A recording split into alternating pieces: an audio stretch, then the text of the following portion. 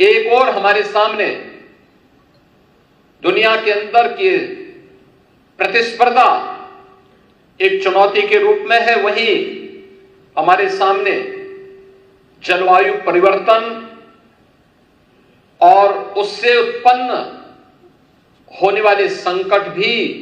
एक नई चुनौती के रूप में है। याद करना,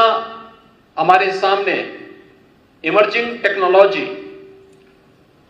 जीवन को सहज और सरल करने में जहां उपयोगी भूमिका का निर्वहन कर रहे हैं, वहीं इसके द्वारा उत्पन्न वे अभूतपूर्व कानूनी चुनौतियां भी हम सब के सामने खड़ी हुई हैं, जिनके माध्यम से साइबर क्राइम,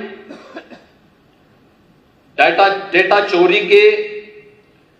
और अन्य तमाम प्रकार की एक नई समस्या दुनिया के सामने खड़ी हुई है। ऐसे अस्थिर समय में न्याय, नैतिकता और अंतर्राष्ट्रीय कानून विश्व शांति और मानव सभ्यता के लिए एक बड़ी लकीर खींचने में महत्वपूर्ण भूमिका का निर्वहन कर सकती है। हम सबको यूएन के द्वारा 80 वर्ष पहले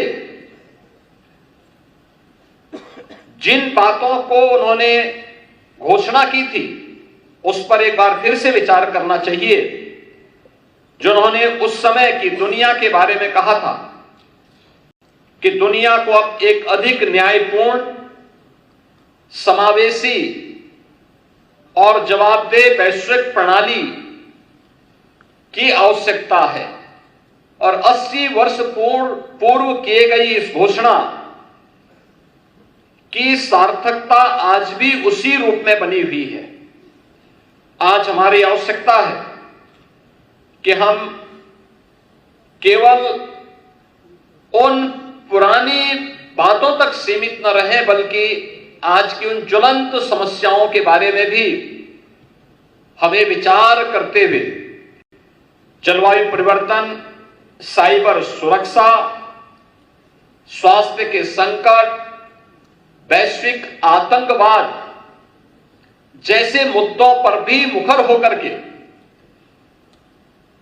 यूएन जैसे प्लेटफॉर्म का बेहतर उपयोग करना चाहिए। एक ऐसे व्यवहारिक और उद्देश्यप्रद गठबंधन को जो और भी प्रभावी हो सके, इसे आगे बढ़ाने की आवश्यकता है। इसके बारे में हमें भारत की उस प्राचीन व्यवस्था पर विचार जरूर करना चाहिए, जहां पर हमने इस पूरी व्यवस्था को 5 अवयव पर आधारित मान करके पृथ्वी, जल, तेज, वायु और आकाश, इन सब की उपासना को इसका आधार मान करके भारत की परंपरा ने सदैव इसे अपने जीवन का हिस्सा मान करके इनकी पवित्रता को, इनकी सुरक्षा को और इनके संरक्षण को सदैव प्राथमिकता दी। और दुनिया के लिए वर्तमान में जलवायु परिवर्तन की चुनौती हो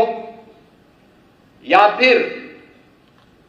इसके माध्यम से उत्पन्न उन वैश्विक संकट के समाधान का रास्ता, भारत की उस सोच के माध्यम से समाधान का एक रास्ता निकाल सकती है।